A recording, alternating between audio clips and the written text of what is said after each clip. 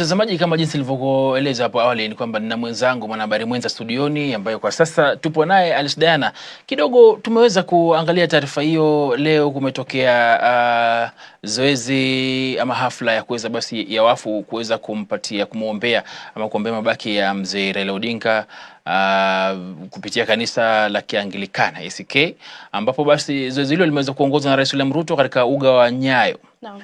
Taarifa ambayo imekamilika sasa hivi imesema kwamba wengi wamemuona kama baba, wamemjua kama baba nyumbani kwa familia yake na baba wa kisiasa.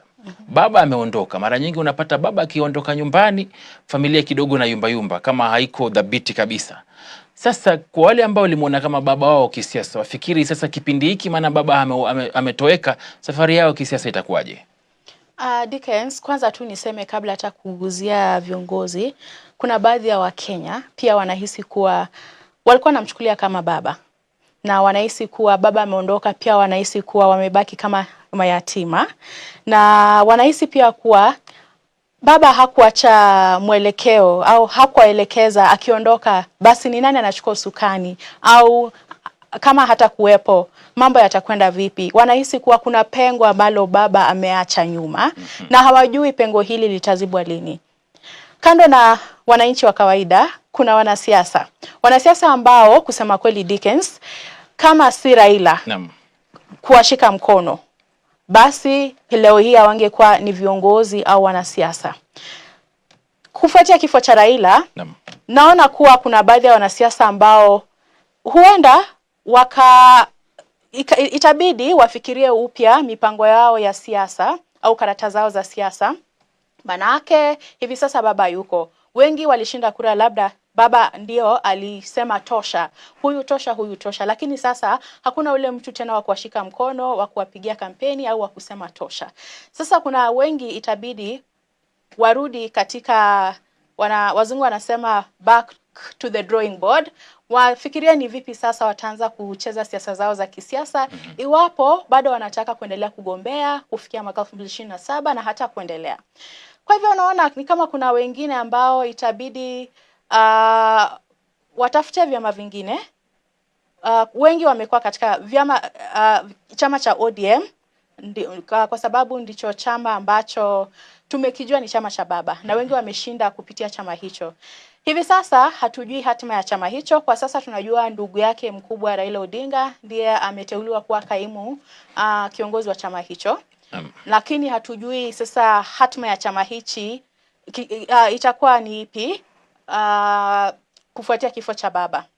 Lakini baba awali alikuwa amezungumza kidogo, unaweza kusema kwamba hakuwa ametoa mwelekeo, japo alikuwa siku kadhaa kabla mauti yake alionekana hadharani akiuliza nani alikuambia kwamba chama cha ODM yes, ndio kweli, hakitamsimamisha mgombea wa rais mwaka 2027. Ina maana kwamba alikuwa tayari amekusha nongoneza kidogo kuna mwelekeo. Kulingana na jinsi aliongea ni kuwa makubaliano yake labda na Ruto ya hii serikali jumuishi ni kuwa tunaungana nanyi hadi mwaka 2027, lakini kura za mwaka 2027 hapo bado itabidi pia sisi tujue ikiwa tutamtoa mgombea wetu au itabidi bado tuendelee kuunga serikali ya Ruto mkono. Kufikia sasa hakuwa amesema ikiwa baada ya mwaka 2027 watamuunga Ruto wampigia. Alikuwa amesema huenda pia chama cha ODM kikamtoa mgombea. Kwa bahati mbaya baba ameondoka. Sasa haijulikani ikiwa sasa anayemshikilia au anayeshikilia wadhifa sasa wa uongozi wa chama cha ODM, hatujui ikiwa na viongozi wengine wataamua kuwa baba wataamua kuwa wamsimamishe mgombea mwingine ambaye atapingana na Rais William Ruto katika uchaguzi mkuu wa mwaka 2027, au wataamua kuendelea kumunga mkono Rais William Ruto achukue usukani katika muhula wa pili. Naam. Kwa hivyo kwa kifupi ni kwamba uyatima huu ambao Raila Odinga ameweza kuacha kama baba katika ulingo wa kisiasa na kwa wafuasi wake, ina maana labda kuna mwanga kidogo, labda kutakuwa na mwelekeo. Kwa kifupi kusema kweli kufikia sasa hatujui mwelekeo wa chama utakuwa upi. Wakenya wengi wanasubiri kujua. Kusema kweli kwa sasa hata viongozi wenyewe wa kisiasa kuna wale ambao kufikia sasa hata hawajui hatima yao. Kweli. Hawajui waelekee wapi. Na mtazamaji, familia yake marehemu Raila Odinga katika hafla ya misa ya wafu ambayo imeweza kutendeka hii leo imeweza kumwomboleza na kumkumbuka baba yao Raila Odinga kama mtu ambaye ameweza kusimama na familia hiyo tangu wakati ule bado kijana mpaka wakati huu yeye ni mzee. Nije kwake dadangu Alice Diana, ni kipi ambacho labda unasema kwamba kimeweza kugusa sana katika hafla hii ya familia kutoa rambirambi kwa marehemu baba yao? Kwanza tu ni kuona jinsi familia ya Raila ilikuwa imeungana. Watoto wake jinsi walivyoongea na hata mke wake inaonyesha kuwa ilikuwa ni familia ya muungano, walipendana na kila mtu alijali mwenzake. Na kuondoka kwa baba ambaye ni baba yao mzazi, lakini baba kwa Wakenya wengine, sema kweli ni uchungu kwao. Na jinsi walivyozungumza, tumeona watoto walizungumza, mkewe akazungumza. Watoto tukianza na yule Rosemary ambaye ni mwanawe wa pili wa Raila, aliweza kumtaja baba yake kuwa ni mtu ambaye alipenda sana familia yake. Tukienda kwa kijana wake ambaye ni Raila Junior Odinga, pia yeye aliweza kusema kuwa baba yake alikuwa ni shujaa wake, na kuondoka kwake sasa amemhakikishia babake kuwa sasa yeye atachukua usukani wa kuongoza familia yao. Na pia akasema kuwa ataweza kupigania kile ambacho babake alikuwa akipigania. Hii inajumuisha usawa na mambo mengine tu ya utumishi kwa wote. Na pia tukamuona pia Winnie Odinga akiweza kuzungumzia. Kwanza Winnie ni mtoto ambaye tumemwona akiwa karibu sana na babake wakati wote, wakitembea pamoja, wakienda ziara pamoja, na ni mtoto wa mwisho wa Raila Odinga, na ni mtoto ambaye walienda na yeye India akiwa na babake kwa matibabu, lakini kwa bahati mbaya baba hakurudi, lakini Winnie aliweza kurudi na ile kofia ya baba Raila na akampokeza mamake Aida Odinga.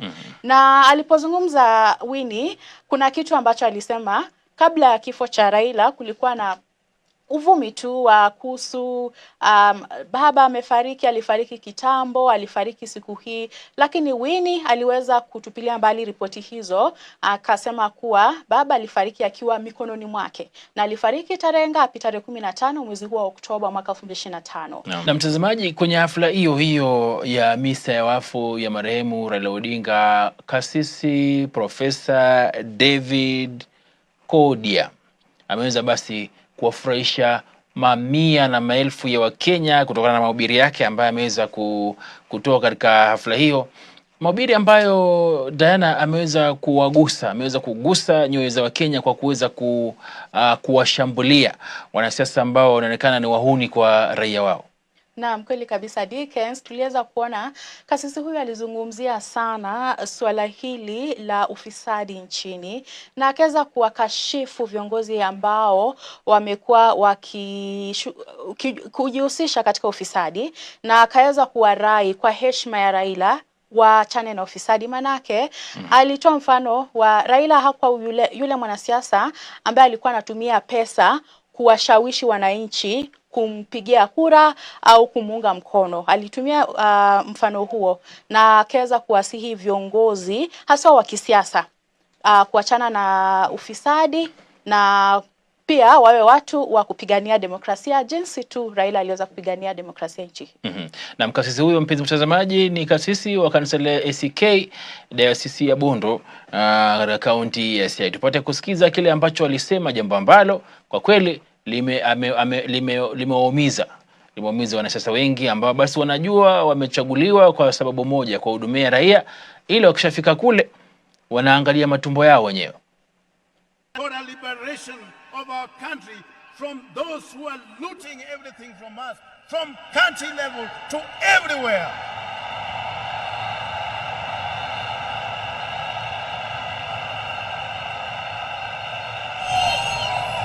If there is anyone here, I want us to make a testament. I want us to make a testament with the people of Kenya. If there is anyone here, at whatever level, be you a governor, be you an MCA, be you whoever it is who has looted this country, you know you stand a chance of being condemned.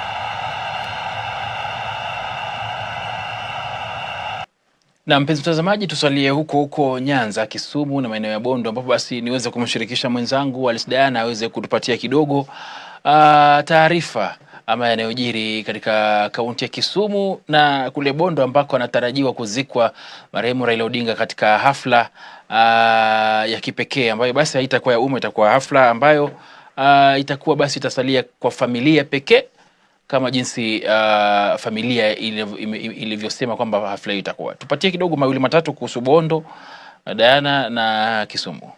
Naam, Dickens, hii leo tumeona baada ya mwili wa Raila kuweza kuagwa na Wakenya katika uwanja wa Nyayo. Mwili huo uliwezwa kupelekwa katika makafani ya Lee, na mwili huo utalala huko usiku huu, na kisha kesho asubuhi utasafirishwa kupitia njia ya ndege hadi katika kaunti ya Kisumu, ambapo pia wakazi wa Kisumu watapata fursa ya kuweza kutazama mwili huo na kumpa heshima zao za mwisho. Na ripoti kutoka kwa Katibu Mkuu wa Usalama Raymond Omolo amesema kuwa maandalizi katika ya kupokea mwili wa Raila huko Kisumu katika uwanja wa kimataifa wa Jomo Kenyatta katika eneo la Mamboleo yamekamilika, na amesema kuwa mwili huo unatarajiwa kuwasili katika uwanja huo ifikapo mida ya saa 2 asubuhi, na wakazi wa kaunti hiyo na kaunti jirani ambao pia watataka kukuja kutazama mwili huo wamehimizwa kuanza kufika mapema katika uwanja huo. Jambo lingine ambalo amezungumzia ni kuwa amewahakikishia wakazi usalama na pia ratiba. Amesema kuwa kutakuwa na ratiba itenda vizuri, na pia gavana kaunti hiyo ambaye ni Anyang' Nyong'o ameweza pia kuwasihi wananchi waweze pia kudumisha nidhamu katika hafla hiyo na utulivu. Na katika kaunti ya Siaya huko Bondo, ambapo mwili wa Raila utakuwa ukipelekwa kesho Jumamosi, kesho jioni utakuwa ukipelekwa katika kaunti ya Siaya. Kule kaunti ya Siaya, gavana wa kaunti hiyo ambaye ni James Orengo ameweza kusema kuwa pia huko wanaendelea na maandalizi na wako tayari kupokea pia mwili wa Raila kwa ajili ya kuzika katika kaunti hiyo ya Siaya, manake huko ndipo nyumbani kwa Raila na atazikwa kule. Na ameweza pia kusema kuwa katika hafla hiyo ya mazishi ambayo itafanyika siku ya Jumapili ni kwa kutakuwa na wageni wengi sana hata kutoka katika mataifa mengine wataweza kuhudhuria hafla hiyo ya mazishi, na pia ameweza tu kuwahimiza wananchi na wakazi wa kaunti hiyo ya Siaya waweze kudumisha utulivu siku hiyo ya mazishi. Na mtazamaji, niweze kukujuza tu kwamba kuna jambo ambalo basi limeweza kutendeka katika zoezi hili lote la maombolezi ambalo basi wa Kenya ama waombolezaji wanajishirikisha nalo, jambo ambalo ni kama nembo ya kuweza kumomboleza Raila Odinga. Nembo hiyo, ukiwa na gari unahitajika kubeba, ukiwa kwenye pikipiki unahitajika kubeba, ukiwa kwenye baiskeli, ukiwa kwenye miguu unahitajika kubeba. Nembo hiyo kwa wale wafuasi sugu sana ambao wanamuomboleza Raila basi ni majani ya miti. Ikiwa basi uko makini, labda barabarani unatembea unapatana na gari na majani ya miti, ukiwa kwenye pikipiki unapata labda mwendesha bodaboda hiyo ama pikipiki hiyo na majani ya miti, ishara kwamba basi ndio nembo ya kuweza kutofautisha yule ambaye anamuomboleza Raila Odinga na yule ambaye hamuomboleza Raila Odinga. Ni jambo ambalo nafikiria pia katika maandamano haya ya kumuomboleza Raila Odinga, barabarani unapatana vijana, watu wazima wamebeba majani ya miti wakiweza kupeperusha juu kwamba ishara kuweza kumwomboleza Odinga. Na ni jambo ambalo najua kwamba kesho, hata jana na leo, Kisumu na maeneo hao mengine yote ambapo sasa jeneza na mwili wa Odinga unaelekea, basi ndio itakuwa ishara tosha kwamba ni ishara kwamba wanamuomboleza Raila Odinga. Turejee katika jiji la Nairobi, mpenzi mtazamaji, nikiwa bado na mwenzangu hapa. Leo katika uga wa Nyayo kumetokea jambo ambalo kinara upinzani Kalonzo Musyoka ameweza kuzungumzia, akisema kwamba upinzani umeweza kutambuliwa katika njia ambayo si sawa na naye naibu rais Kithure Kindiki. Kulingana na Kalonzo, Kindiki aliweza kutambua upinzani, lakini katika hali ambayo si ya kiheshima hivi. Kumbuka kwamba Raila Odinga alikuwa kinara upinzani. Unafikiri basi ni jambo ambalo serikali ingeweza kutilia maanani kwamba Kalonzo na kundi lake la upinzani waweze kutambuliwa, wapewe nafasi ya kuzungumza kuhusu Raila Odinga? Nahisi kuwa Kalonzo Musyoka ambaye ni kinara wa chama cha Wiper ana haki ya kuhisi jinsi anavyohisi. Manake kwa muda mrefu Raila marehemu ambaye ametuacha amekuwa katika upande wa upinzani. Tumemjua sana kama kiongozi wa upinzani. Na kwa hivyo na katika mrengo huo wa upinzani Raila ameweza kufanya kazi sana na Kalonzo Musyoka na viongozi wengine. Kwa hivyo kulingana na Kalonzo Musyoka, ni kweli upande wa viongozi wa upinzani pia ambao pia waliweza kuhudhuria ibada hiyo ya kumwaga Raila Odinga katika uwanja wa Nyayo pia wangepewa nafasi kidogo, au viongozi wawili watatu wangeachwa wazungumze pia waeleze safari yao na Raila Odinga wakiwa katika upande wa upinzani kabla ya Raila kuvuka katika sasa upande huu ambao walikuwa wamevuka na kuanza kuunga mkono serikali. Kwa hivyo nahisi kuwa Kalonzo ana ile haki. Manake pia Kalonzo amekuwa kwa wakati mmoja amekuwa mgombea mwenza wa Raila katika uchaguzi wa urais. Kwa hivyo pia angepewa ile fursa, lakini hatujui ikiwa kama siku ya Jumapili wakati wa mazishi ya Raila, hatujui ikiwa ratiba hiyo imewaeka baadhi ya viongozi wa upinzani katika ratiba hiyo kuongea, hatujui. Tutazidi kungoja tuone na kushuhudia itakuwaje. Kisha aliyekuwa rais ambaye amefanya kazi pia na Odinga kupitia makubaliano ya handshake, Uhuru Kenyatta ameweza kusema jambo ambalo basi limeweza kuwafurahisha sana Wakenya, kwamba bado mapambano, kwamba Raila Odinga aliweza kusimamia haki, aliweza kusimamia demokrasia, aliweza kusimamia uhuru wa mazungumzo, uhuru wa kuongea popote pale kwa misingi ya katiba. Ameweza kufurahisha wengi sana katika hotuba yake ikilinganishwa na labda wale wengine ambao wameweza kuzungumza katika hotuba hiyo. Unafikiri ni kwa nini? Unafikiri kwamba ameweza kuwafurahisha Wakenya maana alikuwa karibu na Odinga? Ndiyo, manake baada ya ile handshake tuliona kuwa waliweza kufanya kazi vizuri na Raila, na hata baada mula wake ulipokuwa ukienda kukamilika wa Uhuru, tuliweza kuona akimunga mkono Raila pia aweze kugombea urais, akampa ile support. Kwa hivyo Uhuru anahisi kuwa labda huenda kwa sababu baba ameondoka, huenda yale yote ambayo amekuwa akipigania huenda tukasahau yakasaulika, au huenda yakatupiliwa mbali. Ndiposa mewakumbusha Wakenya, jameni, tusilale sasa kwa sababu baba hayuko nasi, tuendelee na mapambano. Naam. Haya basi, turejelee katika hizi siasa za chama cha ODM. Tumemwona Oburu Oginga akiweza kuteuliwa kama naibu ama kaimu kinara wa chama cha ODM. Mkenya mahali labda ataona ni jambo hili limefanywa kwa pupa sana labda.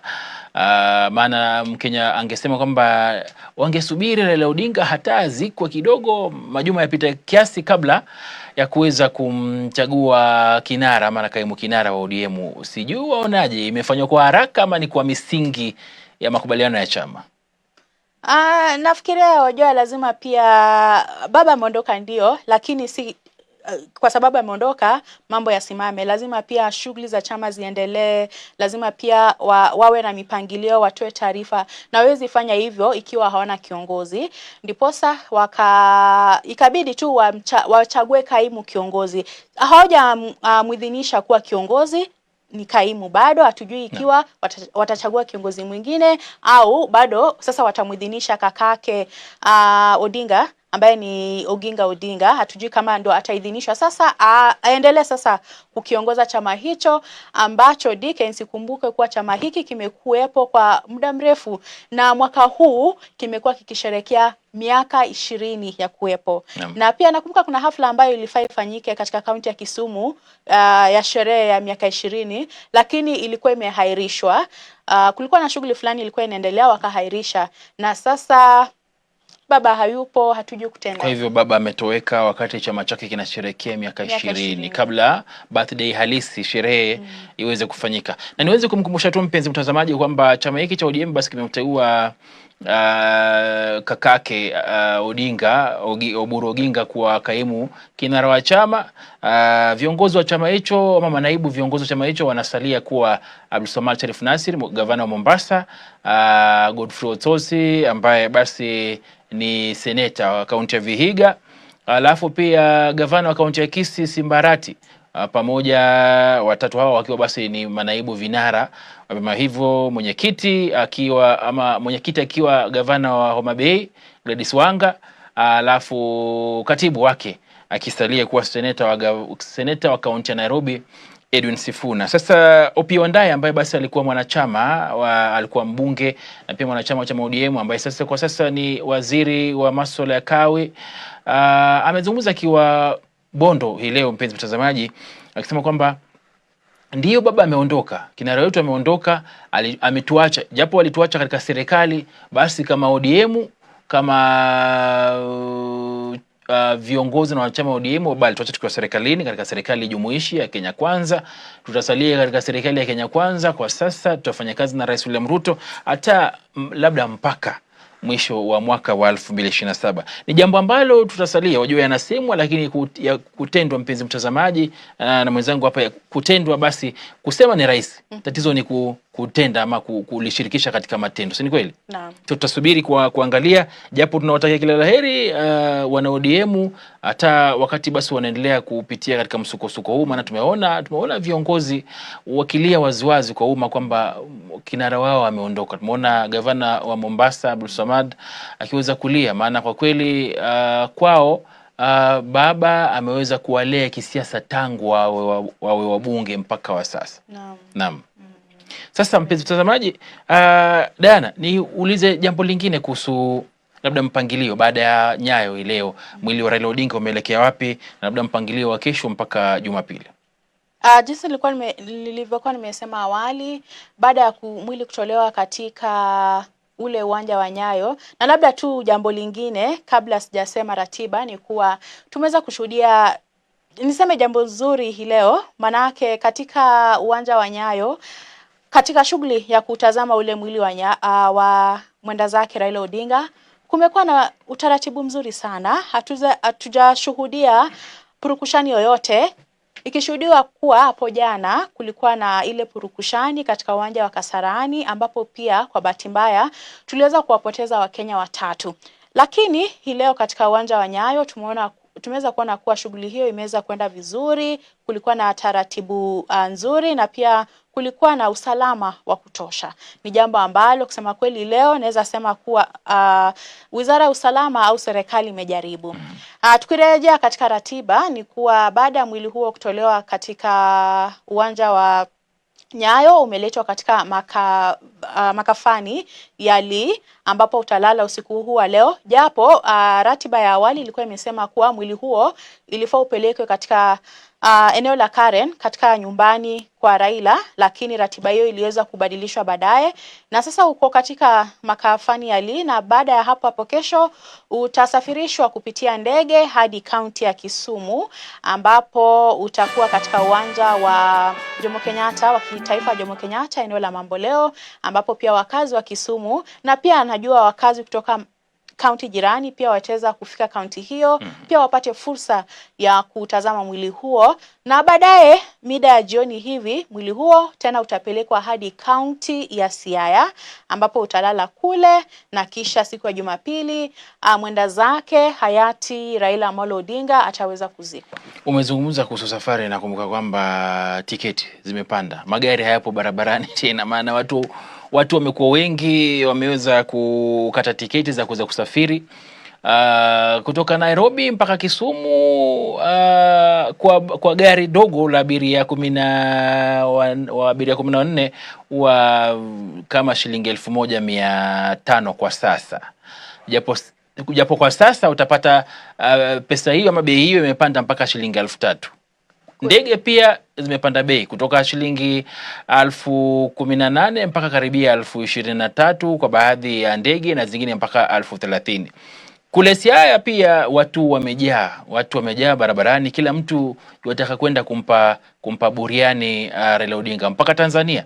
Tundu Lissu, kinara wa upinzani Tanzania, Tundu Lissu ambaye yuko gerezani kwa sababu ya makosa ya uhaini, basi pia ameomba ruhusa ya kutoka gerezani hata akiwa anapingwa aje amsindikize rafikie Raila Odinga, japo pia ameweza kutuma wafuasi wake waje. Kwa hivyo ikiwa basi ungependa kujipata sehemu hizo kumpa buriani Raila Odinga, basi mtazamaji, labda utakuwa makini sana, na kuna uwezekano labda hata ukakosa nafasi. Hata barabarani kuna baadhi ya wanasiasa walikuwa wanasema na viongozi walikuwa wanasema kwamba itakuwa bora ikiwa serikali itaweza kutumia ndege kusafirisha mwili wa Raila Odinga kutoka Kisumu mpaka Bondo, maana wanajua kwamba barabarani labda hata wakazi watazuia mwili huo kufika katika eneo la maziko kwa wakati.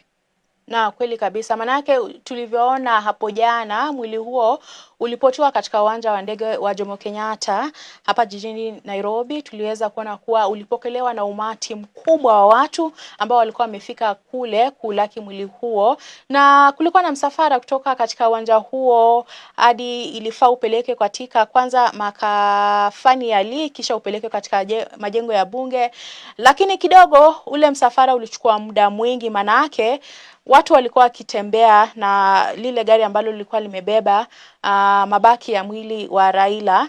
Na kusema kweli, kutokana na umati mkubwa wa watu ambao kidogo maafisa usalama walishindwa kudhibiti vizuri, ikabidi waweze hata kubadilisha mahali ambapo walikuwa wamepanga mwili huo utakuwa, na kupeleka mwili huo upelekwe katika uwanja wa Kasarani. Kwa hivyo pia kule kaunti ya Kisumu itabidi pia serikali jipange vizuri. Manake huenda yaliyotokea hapa jijini Nairobi yakatokea tena katika kaunti ya Kisumu. Japo Mama Aida mjana ameweza kutoa ombi kwa Wakenya akisema kwamba tuomboleze kinara wetu, tuomboleze baba yetu, tuomboleze kwa amani, tuweze kushirikiana kwa amani, basi kwa heshima ya baba yetu ambaye amelala. Ni jambo ambalo pia Wakenya wanapaswa kutilia maanani wakati wanamuomboleza, kwamba wanakopita wasilete vurugu,